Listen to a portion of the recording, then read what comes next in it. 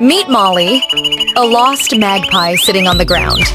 A bull terrier named Peggy saw the bird. And guess what the dog did? He went home with it. That's when their bond grew stronger. Molly followed Peggy everywhere. And soon, the dog produced milk for the bird. What's surprising is that Molly didn't sound like a bird anymore.